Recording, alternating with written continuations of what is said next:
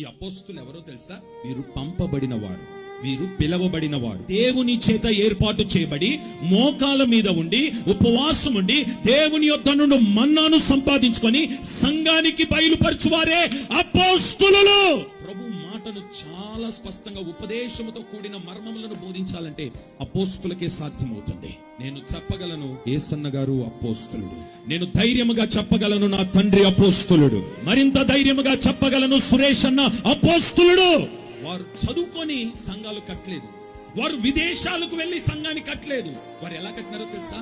మోకాల మీద ఉండి సంఘాన్ని కట్టున్నారు, విశ్వాసముతో సంఘాన్ని కట్టున్నారు, పరిశుద్ధతతో సంఘాన్ని కట్టున్నారు, వారు కన్నీటితో సంఘాన్ని కట్టున్నారు, ప్రయాసతో సంఘాన్ని కట్టున్నారు.